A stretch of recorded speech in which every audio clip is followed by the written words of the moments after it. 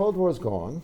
The challenge now is not communism. There are still great power ambitions to deal with, but there's also now the challenge of north-south differences in wealth and opportunity, development.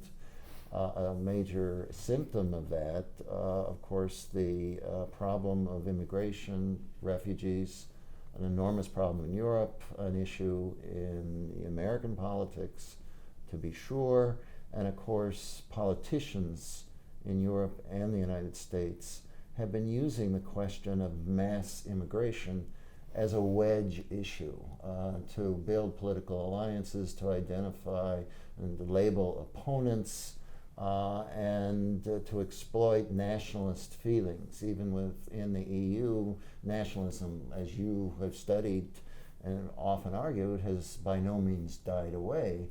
What are the similarities and differences in how that nationalism and the opposition to immigration have been playing out between the United States and European countries, if you could? There is, I think, a difference which can be explained that the European Union is an unfinished federation. There are alliances, but for instance, when the Italian Minister of the Interior, who is one of the most impressive figures of the far right in Europe today, yes, meets the Hungarian Prime Minister, another right-wing populist, they agree on what? To be against a deeper European Union.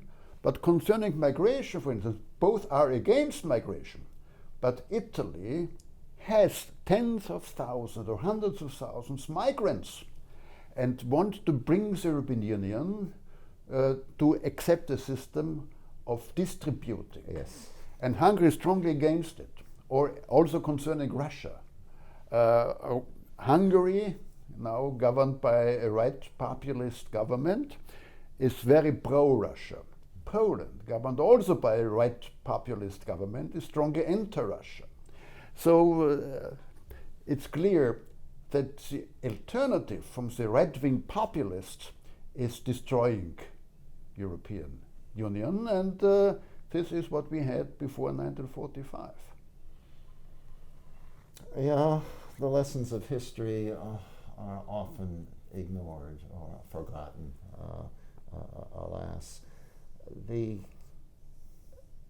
question of labor migration has been getting lost in those debates.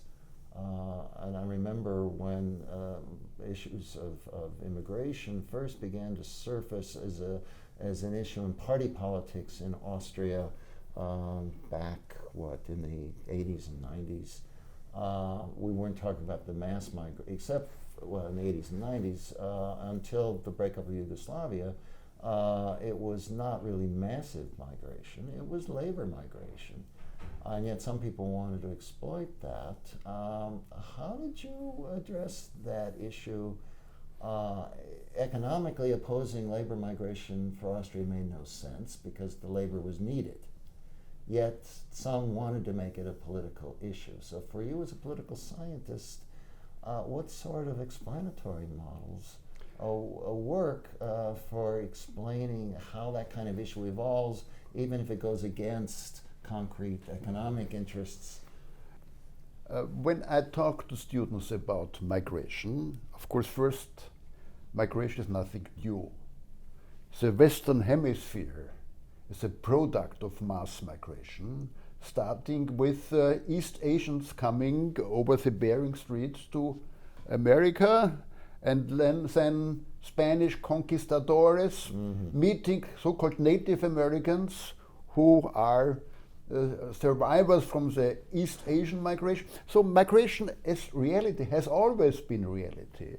And for instance, when I went to school in Austria, I learned the inhabitants of what is today Austria were Celts.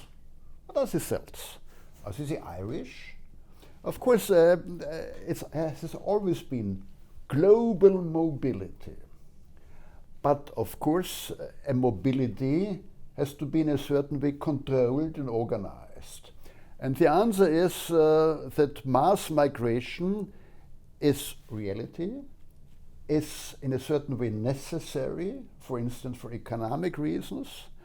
And what Europe and Austria can learn is from the American experience, especially in the 19th century, and Ellis Island is such a great example, how America was able to deal with mass migration in that respect from Europe. Of course, we all know Chinese immigrants in California were treated differently from Irish immigrants coming to Boston or New York. But to give this reality some rational structure and accepting also this is not a lose or win question, it's a question how we can create a win-win situation for both sides.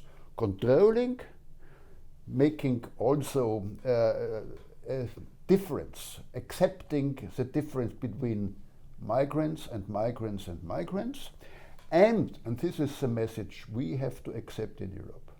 It is not a question for Italy or Greece or Austria, it's a question for the European Union, because the single market, I think it's the most prominent success of the European Union.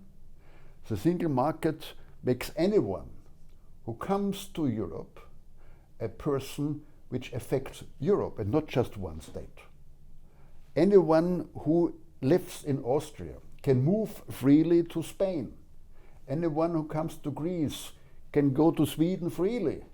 So there has to be a European answer, and we have not yet found a European answer. And for that reason, new or old nationalism is back.